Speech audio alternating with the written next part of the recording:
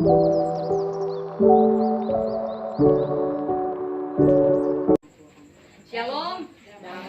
damai di hati. Shalom. Memang nih panas ini Kang bikin aku fokus sampai tadi lagi mulai ibadah. Bu Feni sampai Feni lagi. Lupa tapi nama. Nggak apa-apa, lupa tapi nama. Yang penting orang nggak lupa nama Tuhan Kang. Sesuai dengan pembacaan Gemim Bersinode yang terdapat dalam Yohanes 20 ayatnya yang ke-19 sampai dengan ayatnya yang ke-29 di bawah tema berbahagialah mereka yang tidak melihat tetapi percaya. Oh, kita rasa ini kutipan ini sangat ditakuti oleh bapak-bapak. Toh, bapak-bapak kalau pernah melakukan pelanggaran, toh dorang takut sekali dengan kutipan ini, toh. Berbahagialah yang tidak melihat tetapi percaya, toh. Dalam arti ketika so bikin pelanggaran tuh torang muka sana sedikit tuh torang pe pasangan, toh nak bikin apa-apa mas orang so percaya dia dah aneh-aneh dalam tanda kutip, toh. Tapi bukan karena kita berbahagia, dia so ada DP ini supaya kita bisa melakukan gugatan cerai. Bukan seperti itu yang diajarkan oleh kebenaran firman Tuhan.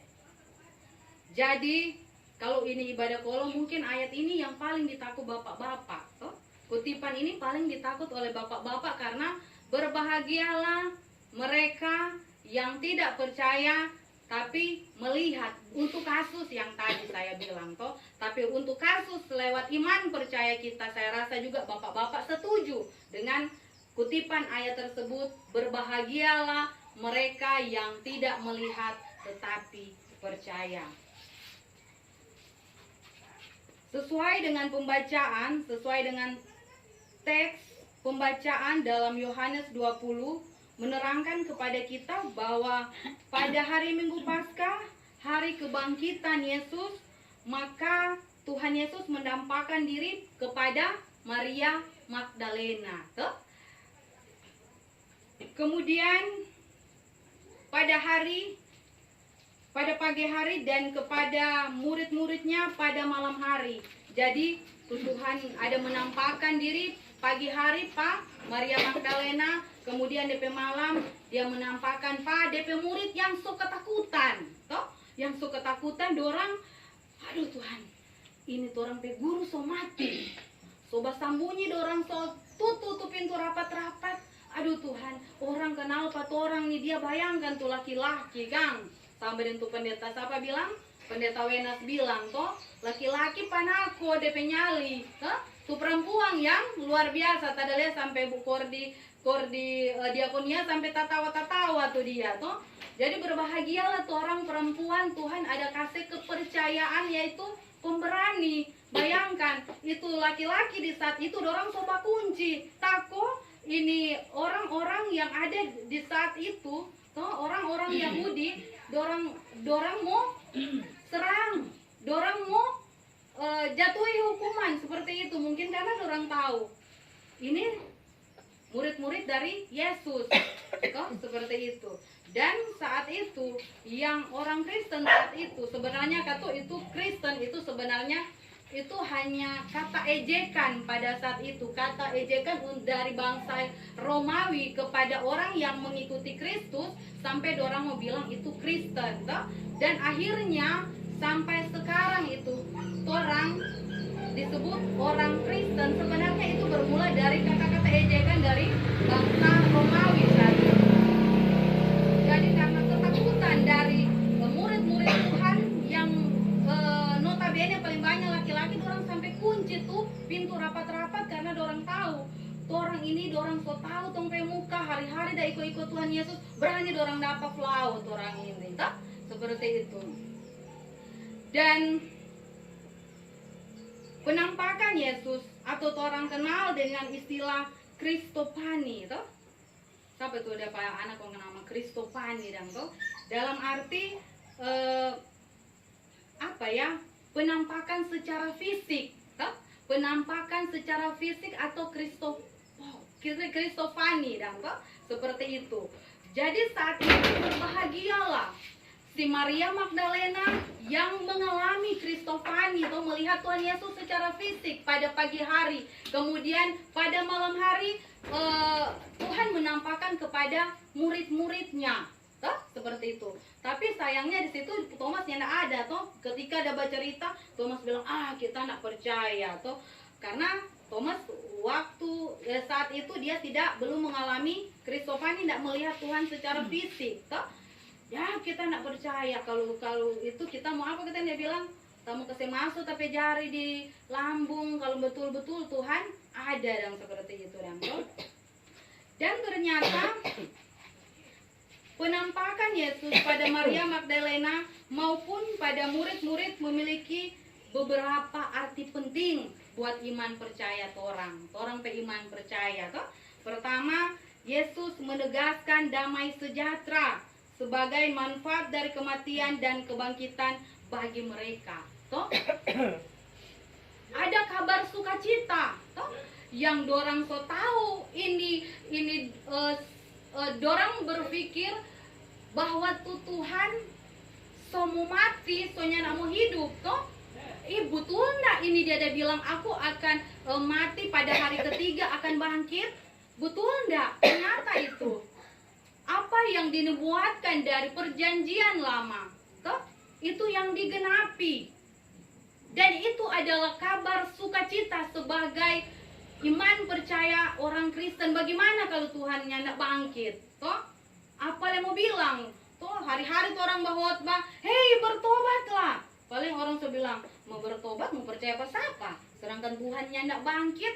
Jadi berita kebangkitan ini merupakan berita apa? Berita sukacita, damai sejahtera bagi iman percaya kita Yesus. Hanya anjing ini Kang yang tidak mengalami sukacita karena orang tidak memiliki akal dan toh begitu. Tapi orang jangan jadi seperti itu dan Kang. Hanya sontong sedikit seperti itu toh. Jadi puji Tuhan. Lewat berita kebangkitan ini seluruh nubuatan berita yang dari perjanjian lama itu bisa tergenapi. Kalau tidak ada kebangkitan, maka Paulus bilang sia-sialah orang iman. Hari-hari sudah ikut Tuhan Yesus paling orang bayangkan orang ada di posisi itu, toh? Ada orang bayangkan, dia so mati, toh namanya manusia, so mati, betul dia ini dia, makanya tuh laki-laki itu udah sampai nih, betul juga ini Tuhan Yesus sudah bilang, toh? Sampai so kunci ke pintu-pintu, betul, puji Tuhan. Ternyata lewat peristiwa itu membuktikan bahwa Tuhan Yesus mengalahkan maut. Itu adalah kabar sukacita buat kita orang percaya. Kemudian pada peristiwa Kristofani kita bisa memaknai bahwa di situ juga terjadi pengutusan para murid sebagai mana Bapa telah mengutus Yesus. Orang lihat di situ. Mulai dari situ, dari 12 dan jadi 70, toh, sampai di tanah Sulawesi, sampai di kelurahan Manimenembo ini. Itu karena itu tidak lepas dari perjuangan para murid Yesus yang bahkan kematian mereka sangat tragis, toh, martir, toh, mati demi membela iman percaya kepada Yesus Kristus. Kemudian makna selanjutnya berita pengampunan dosa dalam nama Yesus yang akan disampaikan oleh para murid. lebih pede karena kebenaran itu sudah nyata di dalam Yesus Kristus. Jadi ketika Tuhan Yesus terangkat ke sorga, kan dia bilang, pergilah, baptiskanlah semua bangsa muridku. Berita pengampunan dosa dalam nama Yesus yang akan disampaikan oleh para murid. Ternyata ajaran-ajaran yang disampaikan oleh Tuhan Yesus itu memang benar. Dan mereka lebih pede kan?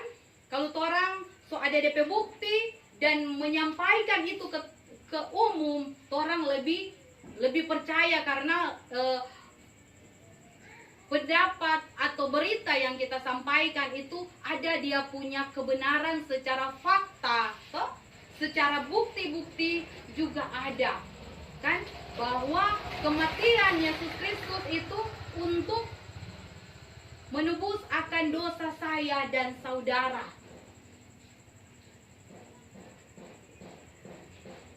Peristiwa Kristofani juga memberikan arti bahwa percaya sebagai sarana untuk menerima Yesus Kristus dan manfaat akan karya keselamatannya, kematian, dan kebangkitannya.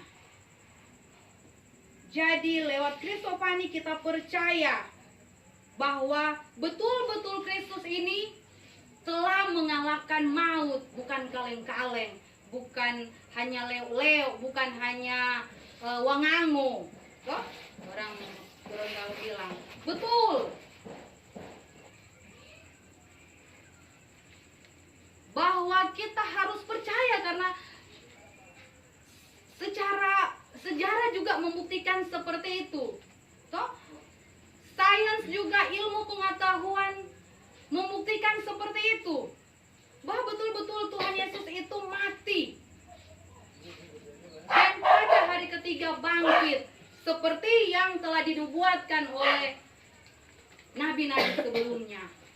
Dan itu adalah dasar iman percaya kita bahwa Tuhan Yesus telah mengalahkan maut.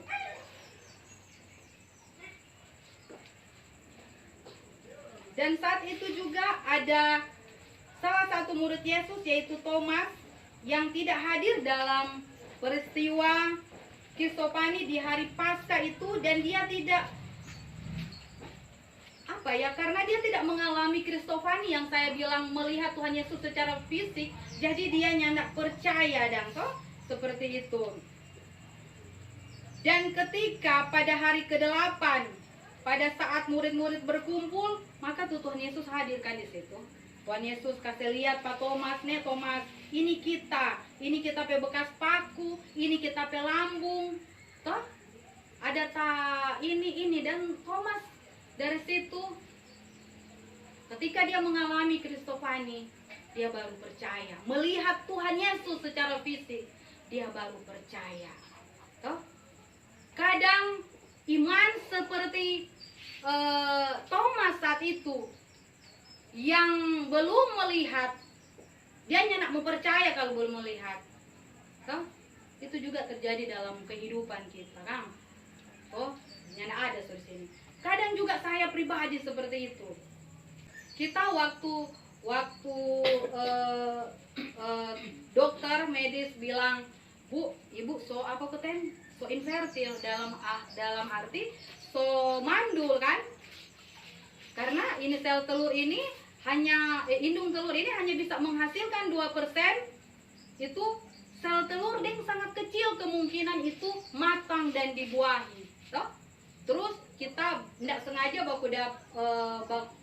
berdoa dengan seorang hamba Tuhan, kebetulan itu saudara, dan dia bilang, ini bergumul Pak Tuhan, mau hamil, mau hamil begitu dong. Kadang dan di saat itu saya seperti Thomas, masa kok mau hamil dong, sains saja, medis saja so bilang,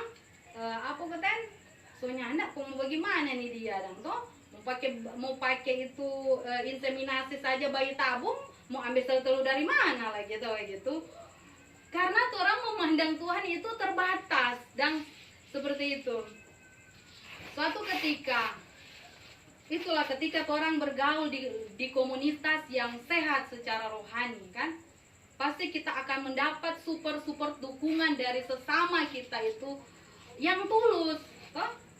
Mereka mengajarkan, ayo kita berpuasa, ayo ini membantu secara tulus. Saat itu itulah Tuhan bilang, ketika orang punya iman sebesar dia tuh biji sesawi, kan tuh biji sesawi kecil sekali, pasti itu orang bisa memindahkan gunung. Ketika kita ikut-ikut dalam komunitas seperti itu dan berusaha membangun kehidupan rohani yang sehat di hadapan Tuhan, dengan melupakan apa sih yang kita mau, toh begitu, dan memfokuskan kepentingan Tuhan, memfokuskan kehendak Tuhan dalam kehidupan saya, toh? Ternyata itu apa yang orang dah pikirkan dari dulu, Tuhan lebih tahu. So berhenti berobat tapi kita masih tetap untuk jam minum tuh toge, ya. Secara manusia kan berpikir, ya mudah-mudahan ada sedikit keajaiban, kalau gitu. Ketika kita bergaul erat di situ, dorang kasih dukungan dan membangun kehidupan rohani yang sehat di saat itu. Lupa kita pe Tuhan yang dulu Tuhan kita minta anak, Tuhan tapi takut, tapi suami ini suami bahugil kan, tapi teman-teman saya bilang begini, aduh ngapain lagi nih suami bahugil, suami saya tinggal, nih 10 tahun bagi PNS itu 10 tahun boleh kawin ulang, kan Bu Margaret kan?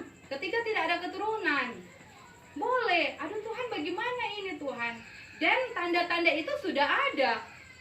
Ada teman-teman, mungkin Pak Tua bergaul di komunitas yang mana, tanda-tanda itu sudah ada. Ada kasih kirim chat, ada kasih kirim itu gambar wawene seperti itu, kan? Begitu. Namanya laki-laki itu kan egonya tinggi sekali, toh. Bergaul di sini, aduh kita ada seminum tapi anak bayi, toh, aduh seolah-olah sekali kita ada seminum susu, nah gitu. Pulang ke rumah kita kadang terlibat juga dengan bahasa seperti itu. Aduh mak, ini baru hidup di asrama, baru kawin, aduh 3 bulan ada muntah-muntah dong. Kita 11 tahun lebih, belum ada tanda-tanda tuh dia. Ternyata di situ apa yang saya mau bilang? Tuhan bilang apa? Carilah dulu kerajaan Allah dan kebenarannya, maka semuanya akan ditambahkan kepadamu. Kita lupa dengan kita ada minta dulu, toh? Ternyata itu yang Tuhan sediakan. Karena Tuhan tahu, Tuhan lebih mengerti. Karena mungkin bagi Tuhan, aduh iblis ini sudah mau ambil alih di kehidupan keluarga Mayuntu Pakaya, toh? Dan Tuhan lebih tahu. Bagi orang itu 11 tahun itu lama sekali, tapi bagi Tuhan itu tidak pernah terlambat. Dan itulah saya mau bilang, kadang orang seperti itu. Dan lewat pembacaan saat ini orang diajarkan apa? Jangan kita beriman kepada Tuhan hanya karena mujizat. Ketika orang beriman pada Tuhan hanya pingin kita kaya, pingin jabatan ini, pingin tapi anak dengar-dengaran, pingin kita sukses dalam segala usaha, pingin kita semua ada. Toh? Kalau standar iman kita hanya seperti itu, ketika kita tidak terpenuhi, pasti orang hanya mendapat kekecewaan. Toh? Tapi dalam lingkungan komunitas yang kita belajar dulu, mereka mengajarkan kita beriman itu karena kasih Yesus. Karena Tuhan lebih dahulu mengasihi kita. Bagaimana ketika kematian ini tanpa kebangkitan? Pasti sia-sialah iman percaya kita. Dan itu bukan kematian Tuhan Yesus di kayu salib, bukan hanya memperlihatkan bahwa Tuhan itu heroik sekali, hebat sekali. Tapi ketika kita melihat bahwa dia rela mati karena kasihnya, karena dia mengasihi saya dan saudara, toh? Bahkan dia membuat neraka itu sebenarnya bukan untuk manusia, toh? Maka dia membuat neraka itu hanya untuk iblis. Tapi sayangnya, toh, tuh manusia suka sekali mengikuti iblis masuk ke neraka. Dan Tuhan hadir lewat berita karya keselamatan di atas kayu salib ini, mau menerangkan kepada kita bahwa Dia terlalu mengasihi kita. Karena begitu besar kasih Allah akan dunia ini, sehingga Dia mengaruniakan anaknya yang tunggal kepada kita, supaya setiap orang yang percaya tidak binasa. Maaf, kita bukan ahli-ahli Taurat. Kita tidak terlalu hafal firman Tuhan, kecuali ditulis baru kita ini. Dan itulah kenapa orang bisa melihat siapa ini Tuhan Yesus. Dia panggil orang-orang yang memang seperti Petrus, Rasul Petrus, Thomas, Yohanes, yang memiliki keterbatasan itu. Kenapa dia tidak memanggil ahli-ahli Taurat yang begitu paham tentang teologi? Karena mereka hanya melayani untuk dirinya sendiri. Bayangkan itu orang Yahudi 12 tahun saja dorang so hafal itu hukum Taurat. Dong so hafal itu Kejadian sampai Maleaki. Itu umur 12 tahun. Bagaimana juga kalau sudah jadi ahli Taurat? Kung bayangkan Kang, itu dorang so tahu tapi dorang tidak percaya tentang nubuat-nubuat yang telah difirmankan dari Kejadian sampai Maleaki itu.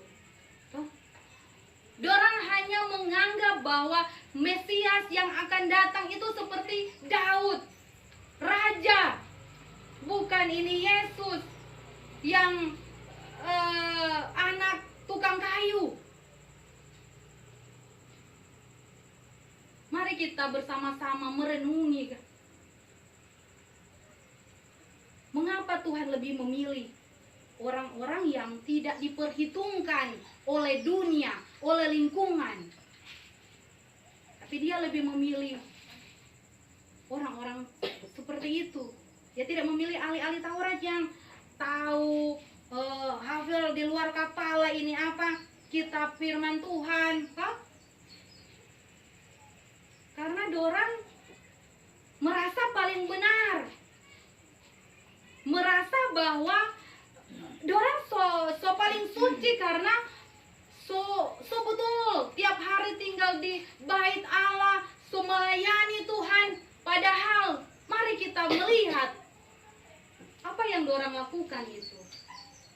Kadang orang juga seperti itu, Kang.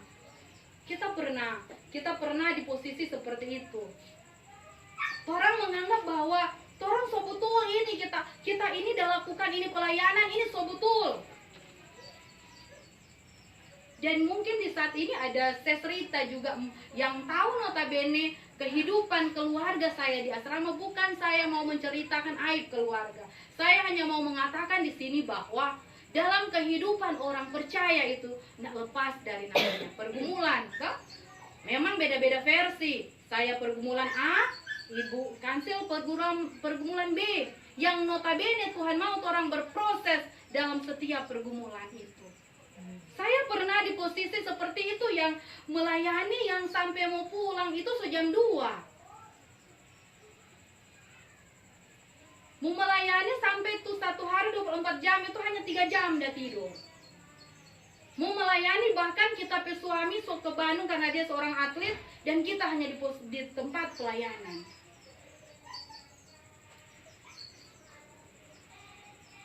Ketika kita mereplay kembali apa yang kita lakukan itu, ternyata kita itu hanya apa? Hanya ibadah, hanya terlibat dalam kegiatan, bukan mau mengenal hati Kristus. Dan jadinya apa? Dan kita percaya bahwa setiap pergumulan, masalah itu adalah guru yang terbaik. pengalaman hidup yang terbaik supaya orang hendak melakukan seperti itu. Kita diajarkan, kita membaca firman Tuhan, ternyata kita diajarkan bahwa ketika membangun hubungan itu, pertama Tuhan, harus Tuhan.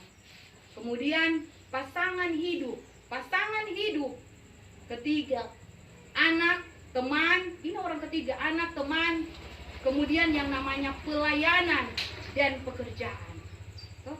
Ketika kita mengutamakan yang nomor 4 ini, yang termasuk dengan pekerjaan dan pelayanan itu, coba kita lihat, Tuhan ada di mana? Tuhan di bawah dan rumah tangga kedua, dan itu yang menyebabkan pertengkaran yang tidak habis-habis. Ketika kita melayani betul untuk Kristus,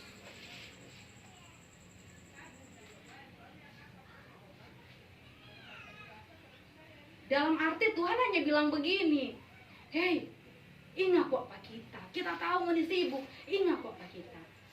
Toh, hei, apa yang ada lakukan dalam pelayanan itu betul for kita atau untuk melayani ngake diri? Toh? Untuk bermegah, betul itu for kita. Toh? Seperti itu. Atau hanya karena kegiatan? Toh?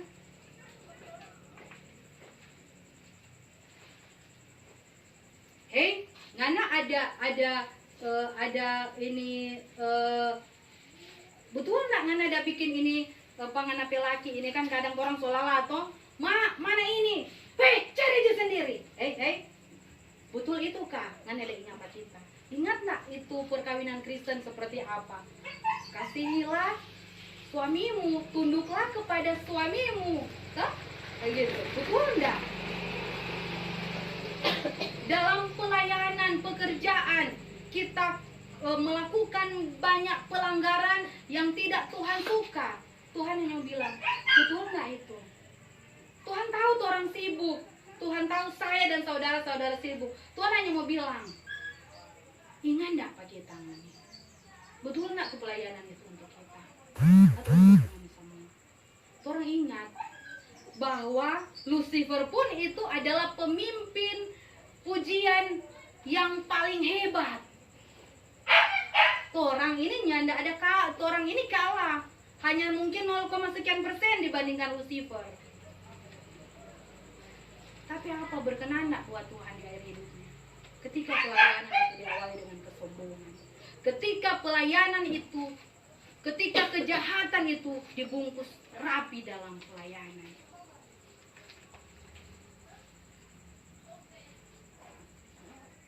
Kita bukan suci, tapi lewat kebenaran firman Tuhan. Tuhan selalu bilang, mari orang lewat kebenaran firman Tuhan supaya orang diperbaharui, orang pe akal budi, sehingga kita bisa serupa dan segambar dengan Kristus. Terkadang orang, seperti ini murid-murid Yesus ini.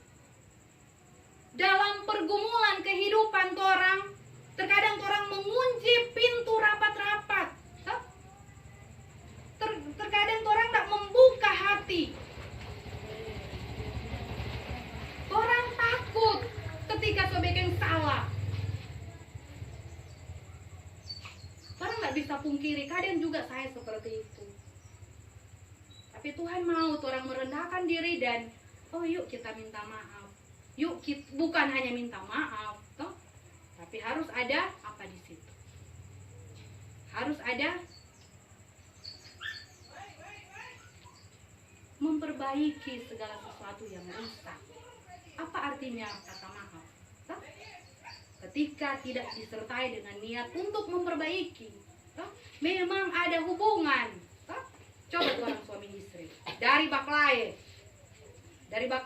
kong. Namanya kadang laki-laki begitu laki-laki kan. Laki-laki memang sebegitu dulu kita tidak mengerti bentrok. Ketika kita belajar tentang laki-laki memang seperti itu dorang.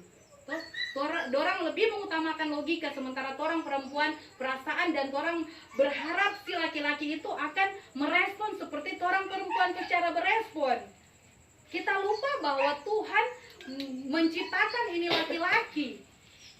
Mereka lebih mengutamakan logika mereka, kan? Dari bak lain, enak sekali kan tuh bapak-bapak, mak, kayak kopi. Dorang ndak kasih bereskan, sebetulnya ndak ini dah minta maaf, ndak, atau mak minta maaf. Pun enteng sekali kang, mau bilang, mak kayak kopi, mak tapi baju serika akang. Hah? Memang ada hubungan suami istri, tapi di situ sehat enggak? Enggak sehat, karena tidak ada, enggak mau untuk memperbaiki hubungan itu. Enggak mau mengenal kita ini, telah memberikan bagian yang salah. Mana bagian-bagian kita yang salah yang harus kita perbaiki, baik suami atau istri. Hah? Oh ternyata katu kita pe istri nyandak suka ketika ada kasari begini. Oh ternyata katu tapi suami nyandak suka katu kita seperti ini. Hah? Ketika saling menyampaikan apa yang kita tahu, kita mau dan mau memperbaiki itu, hubungan akan sehat. Coba lihat, ketika hubungan sehat, coba lihat, ketika hubungan sehat, pasti semua aman-aman. Tapi ketika biar suami istri kalau hubungan tidak sehat, apa yang Anda bilang langsung terluka, apa yang Anda bilang langsung tersinggung. Begitu juga di dalam kehidupan kita berjemaat, orang tidak lepas dari salah dan dosa, Kang. Lebih bagus kalau so tahu itu pribadi ini dia ketuh yang boleh bikin begini. Orang berusaha jangan bikin. Apa istilah minta maaf kalau nak mau perbaiki? Pasti apa? Picu juga pertengkaran. Kan? Begitu. Jadi mari orang bangun komunitas ini yang sehat, pelayanan yang sehat, persekutuan yang sehat, supaya apa yang kita lakukan saat ini untuk mempermuliakan nama Tuhan. Apa artinya tuh orang guys yang ke ibadah, toh dah kasih tinggal anak mungkin dah mau menangis suruh minta bikin susu, atau suami lah mungkin mau suami kita baru datang mau baplo, toh? Apa artinya tuh orang dah kasih tinggal semua tuh dia? Kok hanya dia datang dengan motivasi hati yang salah?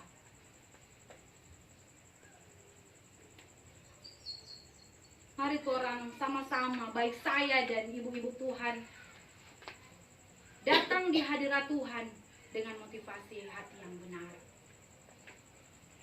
Orang tak lepas dari pergumulan hidup, toh?